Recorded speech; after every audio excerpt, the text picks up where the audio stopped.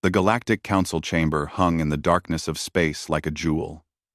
It was massive, bigger than most space stations, and it floated between 3 star systems in neutral territory. Inside the chamber, representatives from 847 different alien species waited. They sat in their designated seats, arranged in circles that rose up toward the ceiling. The oldest and most powerful species sat in the highest seats. The younger species sat closer to the floor. Ambassador Ji-won Kim walked through the entrance corridor with slow, measured steps. He wore the formal uniform of Earth's diplomatic corps, dark blue with silver trim. Behind him walked 2 other humans. Dae-hyun Park was his military advisor, a tall man with sharp eyes who had spent 20 years in the fleet. Sumin Lee was his cultural specialist, a woman who had studied alien civilizations for most of her adult life. They had practiced this moment for months. The chamber doors opened with a hiss. All eyes turned toward the human delegation. Ji-won could feel the weight of their stares. Some species had multiple eyes. Some had sensors that humans couldn't even understand. But they all watched as the 3 humans made their way to the central platform, where delegates were expected to stand. Above them, Speaker Velmoth of the Tarithian Empire sat on the highest seat. The Tarithians looked like tall, thin creatures with blue-gray skin and elegant features. They had ruled this sector of space for 4,000 years. Velmoth watched the humans with an expression that looked almost bored. He had seen this scene play out dozens of times before, with other young species. The chamber was silent except for the soft humming of the translation devices. Each species wore a small device that converted their speech into something others could understand. It was old technology, reliable and simple. Velmoth raised one long hand and began speaking. His voice was smooth and carried easily through the chamber. We convene this emergency session to address the matter of human expansion into territories that belong to elder species. 7 formal complaints have been filed. We will hear them now. The first to speak was a Tarithian administrator. She stood and listed the human colonies that had been established in systems the Tarithians considered their historical domain. Her voice was patient, as if explaining basic rules to a child. These systems have been under Tarithian stewardship for millennia. The humans arrived only 300 years ago. They must learn to respect the existing order. Next came a representative of the Krivathi collective. The Krivathi looked like large insects, with hard shells and multiple limbs. Their translator made their clicking sounds into words. Human settlements violate territorial agreements. They build without permission. They expand without consulting the proper authorities. This cannot continue. A crystalline being from the Luminar Ascendancy spoke third. Its voice sounded like wind chimes.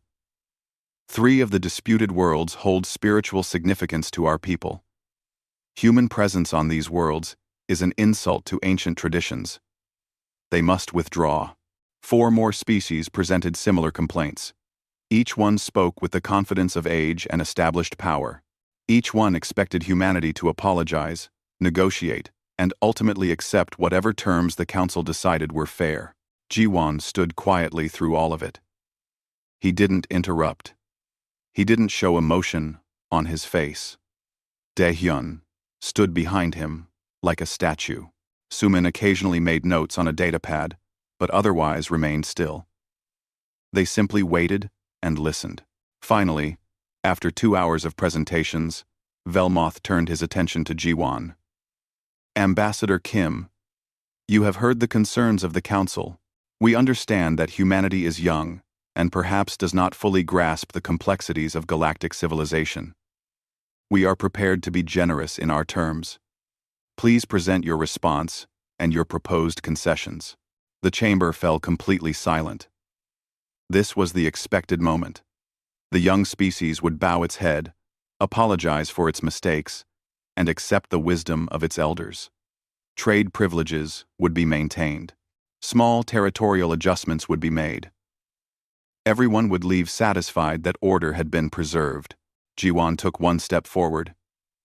He looked up at Velmoth, then slowly turned his gaze across the entire chamber. making eye contact with as many delegates as he could. When he finally spoke, his voice was calm and clear. No. The single word hung in the air. Translation devices across the chamber stuttered, as if uncertain they had processed the word correctly. Several delegates leaned forward in their seats. Velmoth's expression shifted from bored patience to confusion. "I'm sorry, Ambassador Kim. Perhaps there was a translation error.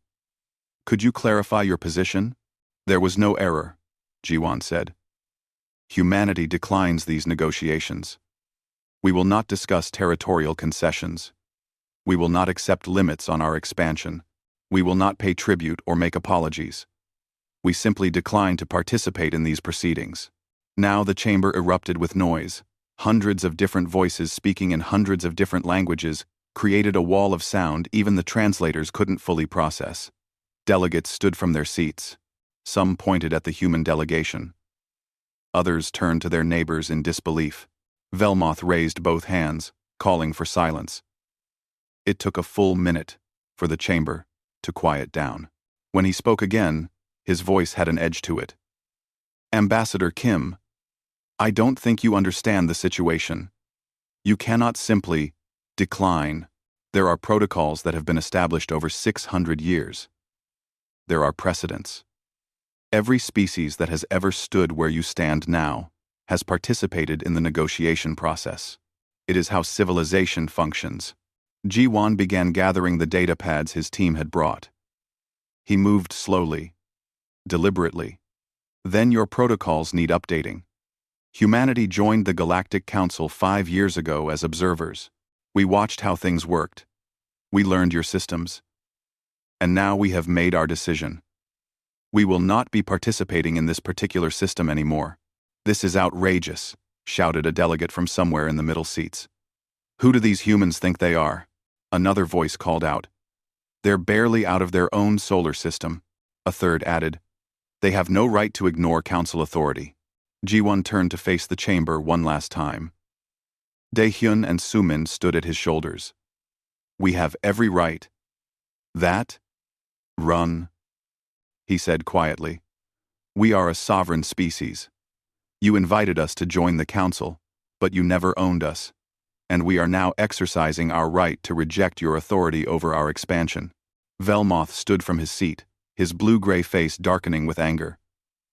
"If you walk out of this chamber without negotiating, there will be consequences. Economic sanctions, trade embargoes. Some members may even consider military responses."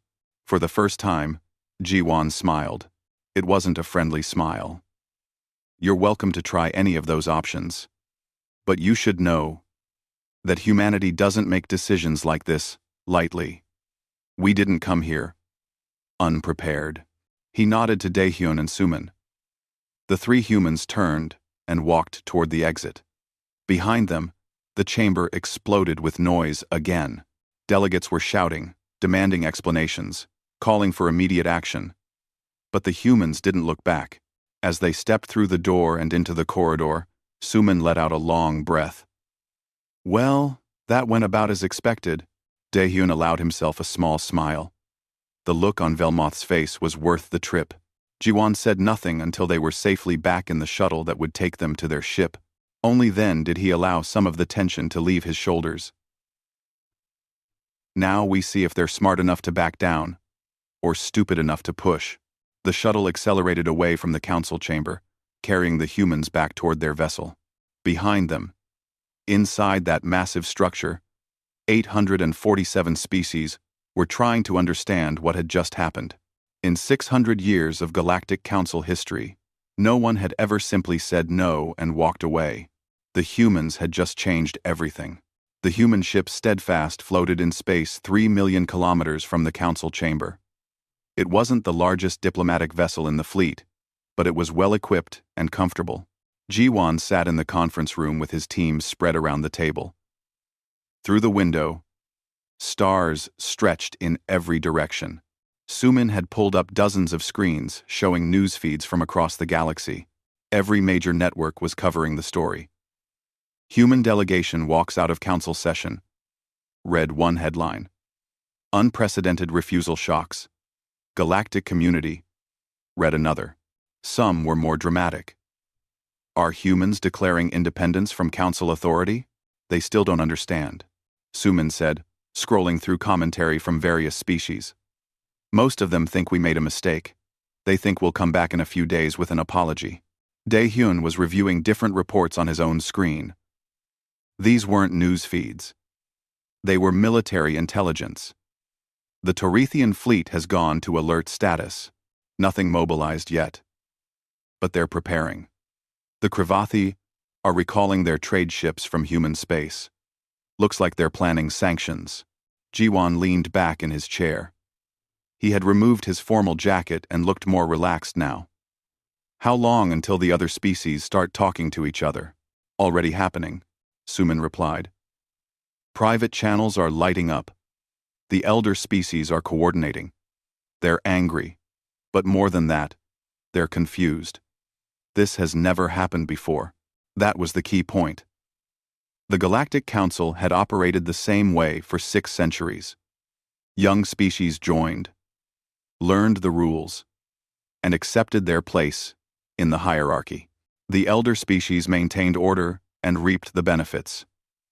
It was a stable system because everyone participated in it. Until now, Jiwon stood and walked to the window. Earth was too far away to see, somewhere beyond the edge of the visible stars. Tell me about the Council's military history. If cross-dated, Chejeon 23, 2C, Dae-hyun pulled up a different set of files. In the last 1,000 years, the Council has overseen 14 wars between member species. Average duration was 6 months. Average casualties were less than 10,000 per conflict. Most ended with arbitrated settlements. Why so few casualties? Because council wars have rules, Dae-hyun explained. Species declare their intentions. They file the proper paperwork. They engage in combat zones that are designated beforehand. When one side requests arbitration, both sides stop fighting and let the council decide who was right. Suman added more detail. It's like a legal proceeding with weapons. The actual fighting is almost secondary to the political maneuvering. Species go to war to prove points, not to actually defeat enemies. Jiwon nodded slowly. This was information they had been gathering for 5 years, ever since humanity first joined the council. And what about humanity's military history? Unquote. Quote. Jiwon quote. Unquote. The mood in the room shifted. Dae-hyun's expression became more serious. Since we left Earth's solar system 300 years ago, we've fought 47 major conflicts. 16 were civil wars between different human factions. 31 were against other species who attacked our colonies or trade routes. Average duration, 3 years. Average casualties, in the hundreds of thousands. Suman pulled up more data. We've never arbitrated a conflict. We've never stopped fighting because someone asked us to sit down and talk. We fight until we win or until our enemy is destroyed. That's just how humans do things. This was the truth that the Galactic Council didn't understand yet. They thought all species were like them. They thought everyone played by the same rules. But humanity had grown up in a much harder environment. Earth's history was filled with constant warfare. When humans finally reached the stars, they brought that history with them. Every human colony had been defended against threats. Every trade route had been secured through force. Humanity didn't know how to do things the Council way, because the Council way would have gotten them killed. Jiwon turned away from the window. Show me the financial analysis. Suman switched screens. Now, they were looking at economic data. This is what we've compiled over 5 years. The Council's economic system is designed to benefit the elder species. They control the major trade routes. They own the banking systems. They set the prices for basic resources. And the younger species? They pay for everything. They buy technology from elder species at inflated prices. They sell raw materials at deflated prices. They take loans they can barely afford to pay back. The whole system is designed to keep them dependent. Dae-hyun added another layer. It's not just economics. The elder species control information too. They run the major news networks. They write the history books. They decide what everyone else learns about the galaxy. Ji-won sat back down at the table. So the council isn't just a political organization. It's a control structure. The elder species maintain power through tradition, economics, and information management. Exactly, Sumin confirmed. And it works because younger species believe in the system. They think the elder species are wiser, more advanced, more civilized. They accept their lower position because they think they'll eventually rise up through the ranks. But they never do. No, they never do. The room was quiet for a moment. Outside, stars continued their eternal movement through space. Inside, 3 humans contemplated what they were about to do to galactic civilization. A communication alert sounded. Dae-hyun checked it. We're receiving a formal message from the Tarithian Empire. They're demanding we return to the council chamber within 48 hours for continued negotiations. Reply? Asked Sumin. Ji-won didn't hesitate. Decline. Same message as before. We're not participating. Dae-hyun sent the reply. Another alert came through immediately. The Kravathi Collective is threatening economic sanctions if we don't comply. Acknowledge receipt. No other response. More alerts started coming in. Species after species was demanding explanations, threatening consequences, trying to pressure humanity back to the negotiating table. Ji-won had his team acknowledge each message but provide no substantive responses. After an hour, the messages slowed down. The elder species were regrouping, trying to figure out their next move. They had never encountered resistance like this before. Sumin looked worried. Ji-won, they're going to escalate. The Tarithians especially. They can't let this stand, because if we get away with it, other species might try the same thing. I know. We could be looking at military action. I know that too. Dae-hyun leaned forward. Our fleet is ready. We've been preparing for this possibility for 2 years. We have defensive positions established around all our colonies. Our supply lines are secure. If they come at us, we can hold them off. Ji-won looked at both of his advisors. I want to be clear about something. We're not trying to conquer anyone. We're not trying to destroy the council. We're just refusing to let them control us anymore. They won't see it that way, Sumin said. No. Probably not. They'll see it as rebellion, as chaos, as a threat to everything they've built. Ji-won stood again and began pacing, but that's because they've forgotten something important. They've forgotten that civilization doesn't come from rules and traditions. It comes from strength and the will to defend yourself. The other younger species are watching, Dae-hyun noted. If we succeed, some of them might follow our example. And if we fail, we'll be used as an example of what happens when you challenge the elder species. Sumin added. Ji-won stopped pacing and looked at his team. Then, we don't fail. We knew this wasn't going to be easy when we started. But humanity didn't come this far by accepting limitations from others. We came this far by being too stubborn to quit. Another alert came through. Dae-hyun read it, and his expression changed. This is different. It's from the Luminar Ascendancy. They're not threatening. They're asking for a private meeting. 1. Interesting, Ji-won said. The crystalline species. They've always been less aggressive than the Tarithians. Could be a trap, Sumin warned. Could be, Ji-won agreed. But it could also be an opportunity. If we can split the elder species, make them uncertain about unified action, it gives us more room to maneuver. Dae-hyun was skeptical. Or they're trying to delay us while the Tarithians prepare their fleet. Ji-won considered it. Set up the meeting. But keep it short and keep it here on our ship. They come to us, not the other way around. As his team worked on arranging the details, Ji-won returned to the window. Somewhere out there, the Galactic Council was trying to figure out how to respond to something they'd never experienced before. They were creatures of routine and procedure, trying to handle a situation that had no procedure. Humanity had just introduced chaos into their ordered system. Now they would see if that system could adapt, or if it would break. The Luminar representative arrived 12 hours later. Its name was something that translated roughly as bright wave, though the actual sound was more like music than speech. It floated into the Steadfast's conference room, a being made of crystalline structures that caught and reflected light in beautiful patterns. Two smaller Luminar attendants followed behind. Jiwon greeted them formally. Sumin and Daehyun stood at his sides. The humans had arranged chairs, but the Luminar simply hovered above the floor. Their species didn't sit. "Thank you for meeting with us, Ambassador Kim," Brightwave said. Its voice came through the translator as calm and measured. "We find ourselves in an unusual situation. That's one way to describe it," Jiwon replied. "The Torethians are quite angry. So are the Kravathi. They're preparing responses that could be very unpleasant for your species. We're aware." Brightwave pulsed with a softer light.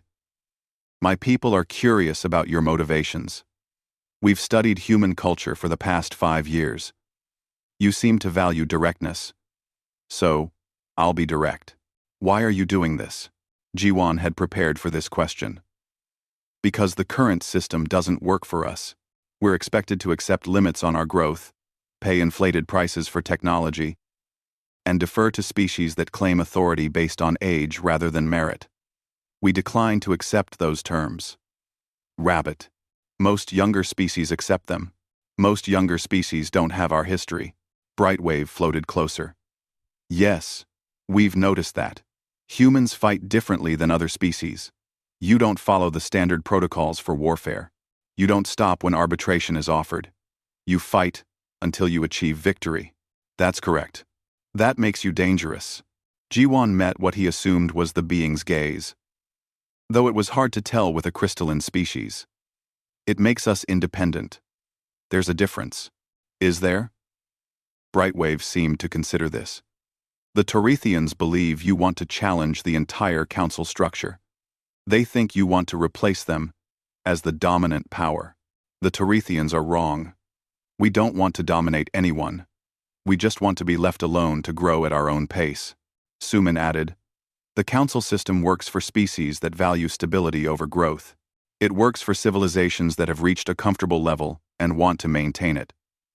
But humanity is still expanding, still exploring, still developing.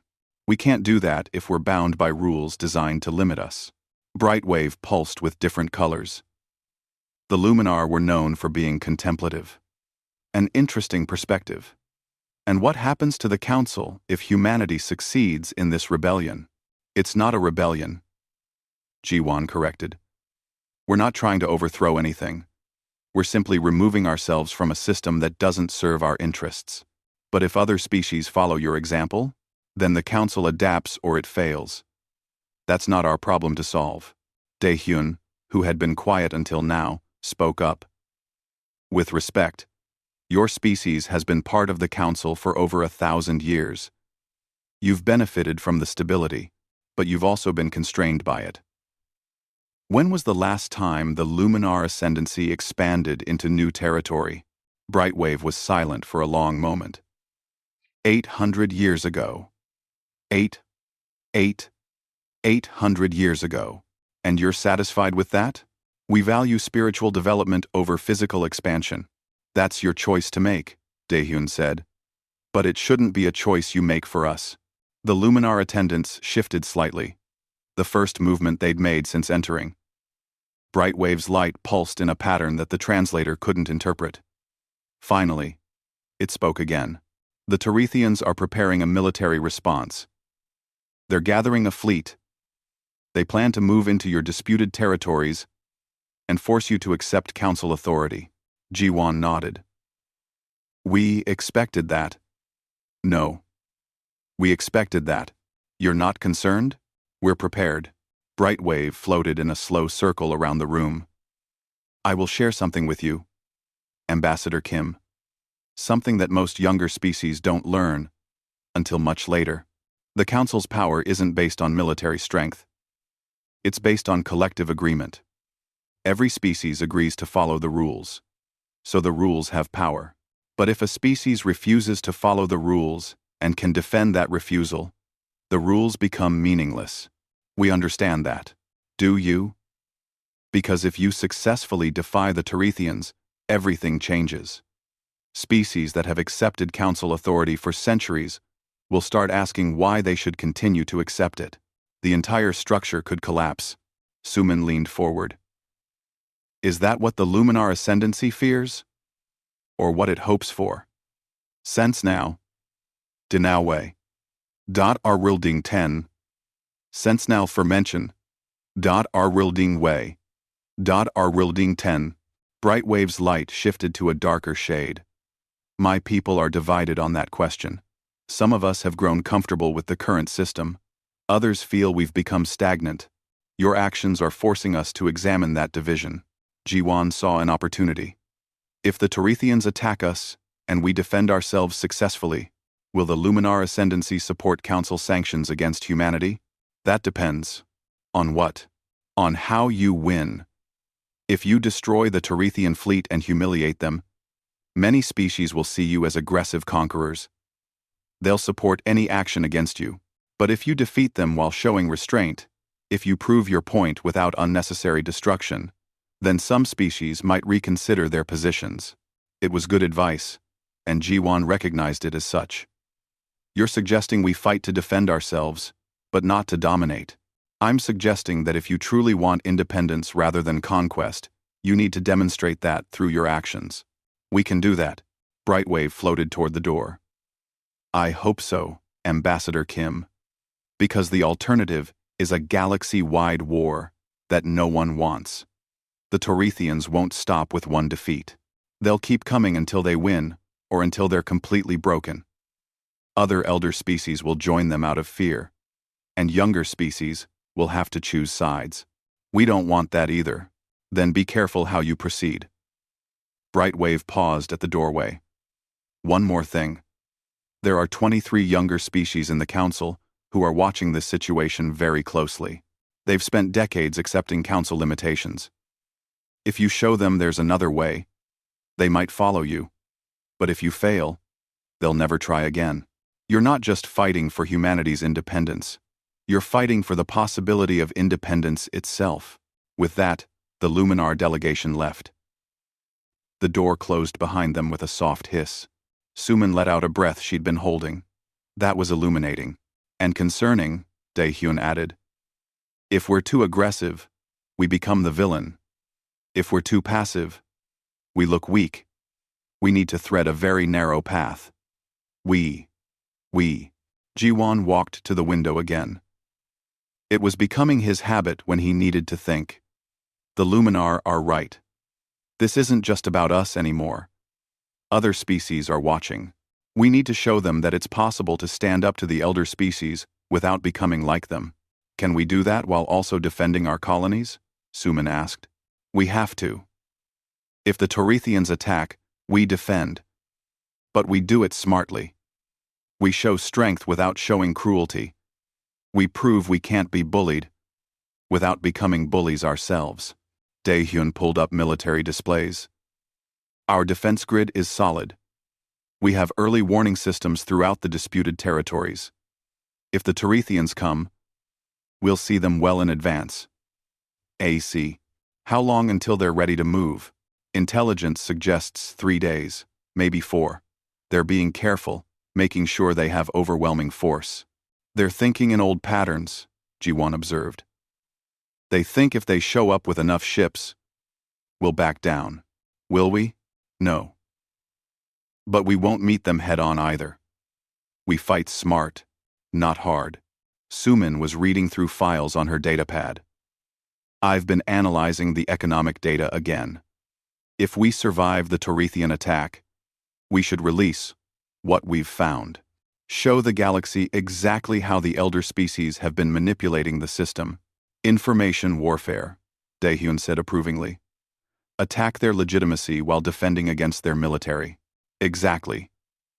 They can't maintain control if everyone knows the system is rigged. Jiwon turned back to face his team. All right. Here's what we do.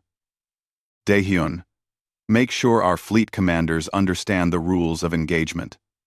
Defend aggressively, but avoid unnecessary casualties. We want to win, but we want the Torithians to be able to walk away when it's over. Understood. Suman, prepare that economic data for release. But hold it until after the first engagement. We want people to be paying attention when we drop that bomb. I'll have it ready. And send a message to our colonies. Tell them what's coming. Tell them to prepare, but not to panic. We've been through worse. As his team moved to execute their tasks, Jiwon remained at the window. Somewhere out there, the Torithian Empire was preparing to teach humanity a lesson. They thought they were dealing with a young, naive species that had overstepped. They were about to learn differently. Humanity had spent 300 years fighting for every colony, every trade route, every piece of space they claimed. They'd fought other humans. They'd fought alien pirates. They'd fought corporate wars and ideological conflicts. They'd never stopped fighting because the universe had never given them a reason to stop. The Torithians were used to civilized warfare with rules and procedures. They were about to face an opponent who viewed war as something you did to survive, not something you did to prove a point. The next few days would determine whether humanity's gamble paid off or whether they'd bitten off more than they could handle. But either way, Jiwon knew one thing for certain. They weren't going back to that council chamber as supplicants. Never again. Captain Minho Choi stood on the bridge of the carrier Indomitable, watching his tactical displays. The ship was one of humanity's newest, built specifically for extended deployments far from Earth. Around him, his crew worked at their stations with practiced efficiency. They'd been at battle stations for 6 hours now. Waiting. Contact, called out Lieutenant Yuna Han from the sensor station. Multiple signatures emerging from hyperspace at the edge of the system. Count is 198 vessels. Configuration matches Torithian battle fleet. Minho zoomed in on the display. The Torithian ships appeared as blue icons spreading across the map. They were moving in tight formation, organized and disciplined. Exactly what he'd expected from a species that had been doing this for thousands of years. Time to weapons range? 4 hours at their current speed, Yuna replied. All ships, maintain defensive positions. Do not advance. Let them come to us. The human fleet was much smaller. 37 combat vessels spread across the system, positioned to defend 3 colony worlds and 2 major stations. The Torithians had brought overwhelming numbers because that's how they fought. They believed superior force would make the enemy surrender. Minho had other plans. Open a channel to all ship captains, he ordered. A moment later, his communication officer nodded. This is Choi. You all know the plan. We're not trying to destroy them. We're trying to make them leave. Fight smart. Minimize casualties on both sides. But hold the line. If they want to take this system, they're going to have to earn it. Choi out. He closed the channel and turned to Yuna. Any communication from the Torithian fleet? Just came through. Standard demand for surrender. They're giving us 1 hour to withdraw all our forces from the disputed territories. Reply that we decline. Already done, sir. Minho allowed himself a small smile. His crew knew him well. They'd trained for months for this exact scenario. Every officer on every human ship in the system had run simulations dozens of times. They knew their roles. The Torithians thought they were fighting a young, inexperienced species. They had no idea what was coming. As the 4 hours ticked down, Minho watched the Torithian formation. They were textbook perfect. 3 main groups arranged in a standard attack pattern. Support ships in the rear, heavy warships in the front. Scouts spreading out to the flanks. It was the kind of formation you'd find in any military academy textbook. That was their weakness. They fought by the book because the book had always worked before. 30 minutes to weapons range, Yuna announced. Deploy the drones. Across the system, human ships released thousands of small drones. They were cheap, simple, and expendable. Each one carried basic sensors and a small explosive charge. The Tarethians would see them on their sensors and probably dismiss them as insignificant. That would be their first mistake. "Sir, the Tarethian fleet is splitting," Una reported.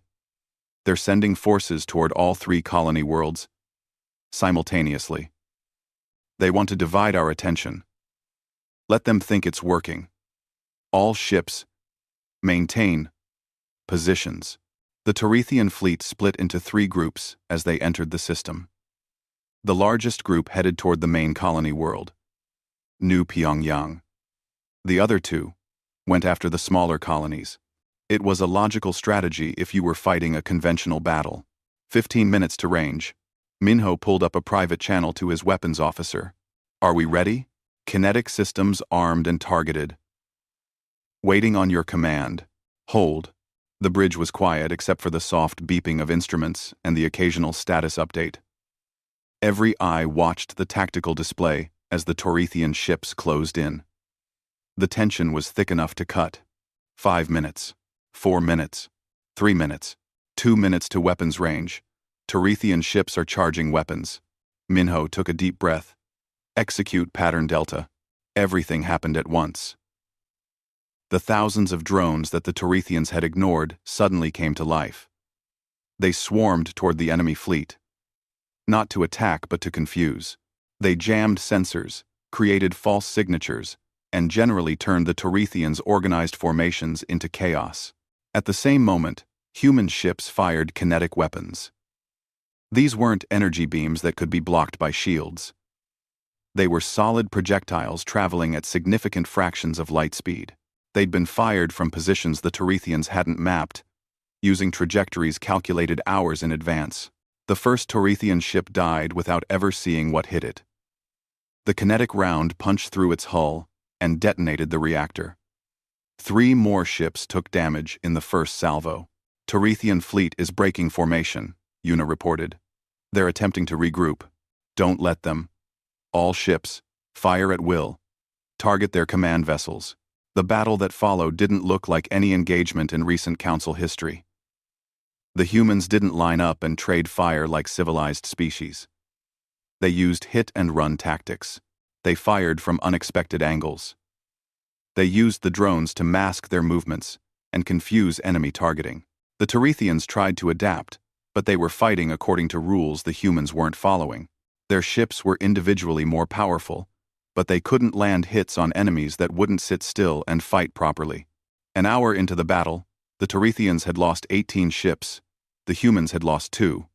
More importantly, the Tarethian formation was in complete disarray.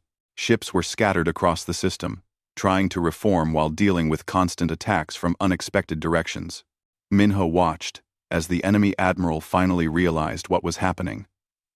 The Tarethian ships began pulling back, trying to create distance so they could reorganize. "Sir, we have them on the run," one officer said excitedly. "Should we pursue?" "Negative. Hold positions. Let them regroup." Several officers looked at him in surprise, but no one questioned the order. They trusted their captain. The Tarethian fleet pulled back to the edge of the system and reformed. Minho could imagine the conversations happening on their command ships. They'd expected an easy victory, and instead walked into a nightmare. Now they had to decide whether to press the attack or withdraw. It took 2 hours before they moved again. This time, they were more cautious, advancing slowly with scouts ahead. They'd learned their lesson about being overconfident, but Minho had more lessons to teach. The second engagement was even worse for the Tarethians. Human ships used the system's asteroid belt for cover. They used electronic warfare to blind enemy sensors. They coordinated attacks from multiple directions at once. Every tactic was designed to confuse and frustrate rather than simply destroy. By the end of the second day, the Tarethians had lost 43 ships. The humans had lost 6. More significantly, the Tarethian admiral was clearly losing control of his fleet. Ships were responding slowly to orders. Formations were sloppy. Morale was breaking. On the third day, Minho received a communication request from the Torithian flagship. He accepted it. The Torithian admiral appeared on screen. He looked tired and angry. "This is Admiral Corveth of the Torithian Empire. I wish to discuss terms." "I'm listening," Minho replied. "You fight without honor, without following proper protocols. This is not how civilized species conduct warfare. With respect, Admiral, we're defending our territory." The alien's face tightened. "You've made your point. You're more capable than we anticipated, but this conflict serves no one. I'm prepared to recommend a ceasefire and renewed negotiations." Minho shook his head. "We're not interested in negotiations, Admiral. We want you to leave our space." "That's unacceptable. Then keep fighting. But understand that we can do this indefinitely." Corveth was silent for a long moment. "I need to consult with my government. You have 6 hours. After that, we resume operations." The channel closed. Minho turned to Yuna. "What's happening?" "On the other channels. The data release went out an hour ago. Every major network in the galaxy is now reporting on the economic manipulation. The Council is in chaos. Multiple younger species are demanding explanations. Markins. Underside." End quote. Suman had done her job perfectly. While the Torithians were getting beaten in space, their economic crimes were being exposed across the galaxy. The two-pronged attack was devastating to their credibility. 5 hours later, the Torithian fleet began withdrawing from the system. They moved slowly, maintaining formation in case the humans attacked. But Minho let them go. He'd made his point. "All ships, stand down from battle stations. Maintain alert status, but do not pursue." As the last Torithian vessel disappeared into hyperspace, the bridge crew let out a collective breath. They'd won. Not just a military victory, but something bigger. Minho opened a channel to the Steadfast. Jiwan's face appeared on screen. "Ambassador, the Torithians have withdrawn. The system is secure." Jiwan nodded slowly. "Casualties? 6 ships lost, 412 crew members dead, 1,800 wounded. And the Torithians? 43 ships destroyed. Estimated 10,000 casualties. Could have been worse." "Yes, sir. We showed restraint where we could." "Good. That's going to matter in the days ahead." Jiwan paused. "You did well, Captain. All of you did. You just proved something important." "What's that, sir?" "That humanity doesn't need the Council's permission to defend itself. That message is going to spread fast." Minho looked around his bridge at the tired but proud faces of his crew. "Do you think the Torithians will try again? Probably not. But others might. This isn't over. We'll be ready." The channel closed. Minho stood and addressed his crew. "All stations, secure from battle operations. Well done, everyone. We made history today." As the crew began their post-battle procedures, Minho returned to his command chair. Through the forward viewport, he could see New Pyongyang, the colony they'd defended. Lights glittered on the surface where millions of humans lived and worked, unaware of how close they'd come to being forced from their homes. But they were safe now, and the galaxy had just learned that humanity wasn't going to be pushed around anymore. 6 months had passed since the battle. The Galactic Council chamber looked the same, but everything else had changed. The massive structure still floated in neutral space, but the number of occupied seats had dropped dramatically. Where once 847 species sat, now barely 200 remained. Jiwan walked through the entrance corridor again. But this time, the atmosphere was different. No one stared at him with contempt or pity. Instead, delegates watched him with something closer to respect or fear. Some looked at him like he'd broken something precious. Others looked at him like he'd freed them from a cage. Suman and Daehyun walked behind him as before, but they wore different expressions now. They'd been through a war and come out the other side. That changed people. The chamber had been reorganized. The old circular seating arrangement that put elder species at the top was gone. Now species sat in groups, based on which faction they'd joined. The old council loyalists on one side, the new independence coalition on the other, neutral parties in the middle. Speaker Velmoth still held his position, but he looked diminished somehow. The pride and certainty were gone from his posture. He watched Jiwan approach the central platform, with tired eyes. Ambassador Kim, Velmoth said formally, you return to this chamber after 6 months of upheaval. The council you left behind has changed significantly. Change was necessary, Jiwan replied. That's a matter of perspective. Velmoth gestured to the half-empty seats. Hundreds of species have withdrawn from the council. Ancient alliances have collapsed.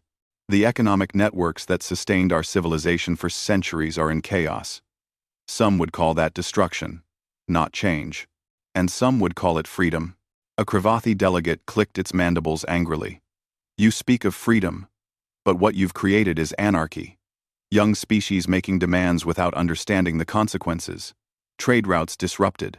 Conflicts erupting without proper arbitration. This is what your rebellion has wrought. Jiwan turned to face the insectoid alien. With respect, these conflicts were always there. They were just suppressed by a system that benefited elder species at the expense of younger ones. We didn't create the problems. We just stopped pretending they didn't exist. Brightwave, the Luminar representative, pulsed with gentle light. Ambassador Kim is correct in one sense. The data releases over the past months have revealed economic practices that were morally questionable. Many species feel they were deceived about the true nature of council operations. Those practices maintain stability, Velmoth argued.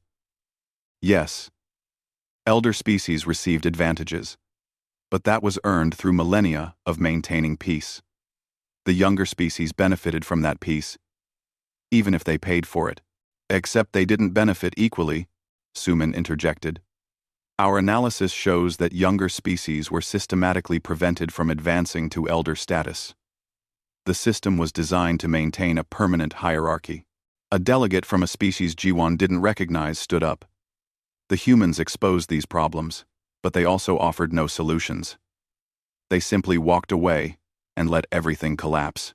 That's not accurate, Jiwan said. We offered a solution. The Mutual Defense and Economic Charter. A framework where species maintain sovereignty while cooperating as equals. 187 species have already signed. A framework without oversight or authority, Velmoth countered. Without mechanisms to prevent conflict or abuse. You've replaced order with chaos and called it progress. Jiwan took a breath. This was the moment he'd been preparing for. The old order wasn't working. It claimed to prevent conflict, but it really just suppressed it. It claimed to promote cooperation, but it really enforced dependence. We didn't destroy something good. We ended something that had outlived whatever usefulness it once had. And what happens now? Asked a delegate from the neutral section. If the old council is dead, what replaces it? That's what we're here to discuss, Jiwan said. He pulled up a holographic display showing the new charter. The Mutual Defense and Economic Charter operates on simple principles. First, absolute sovereignty. No species can dictate terms to another. Second, transparent economics. All trade agreements and prices are public. Third, voluntary cooperation. Species work together because it benefits them, not because they're forced to. And military conflicts? Asked another neutral delegate.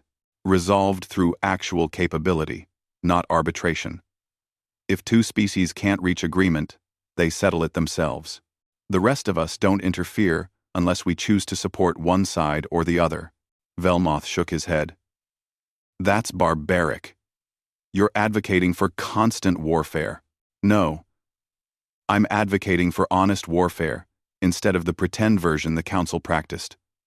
When there's real cost to conflict, species are more careful about starting them. Daehyun stepped forward. In the 6 months since the new charter was established, There have been 3 conflicts between member species.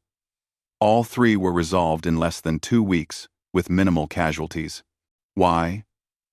Because species that have to actually fight their own battles think harder about whether the fight is worth it. Compare that to the old council system, Suman added. Conflicts dragged on for months because there was no real incentive to end them. Arbitration was slow and often unfair. Species fought because the cost was low and the potential gain was high. A younger species delegate stood. Jiwan recognized them as from the Tarim Federation, a species that had joined the council only 30 years before humanity. I want to share something. Before the humans did what they did, my species was drowning in debt to Tarithian banks. We paid interest rates 3 times higher than what elder species paid. When we complained, we were told this was normal for younger species. The Tarim continued. After the economic data release, we learned that those interest rates were artificially inflated. We'd been lied to for decades. The humans didn't create that problem. They revealed it. And their new charter has allowed us to negotiate fair terms for the first time. Several other younger species began speaking up with similar stories. The chamber filled with voices, some angry, some grateful, all passionate. Velmoth tried to maintain order, but the genie was out of the bottle. Brightwave's light pulsed strongly, cutting through the noise. Perhaps we should acknowledge what has actually happened here. The old council claimed to represent all species equally, but it did not. It served the interests of elder species primarily. The humans forced us to confront that truth. The Luminar Ascendancy is joining the new charter? Velmoth asked with surprise. We are considering it. Many of my people feel we've been stagnant for too long, hiding behind tradition instead of growing. The human model, while crude, offers something the old council did not. Genuine opportunity for advancement. More voices erupted. Elder species delegates argued passionately for the old ways. Younger species spoke about finally having choices. Neutral parties tried to find middle ground.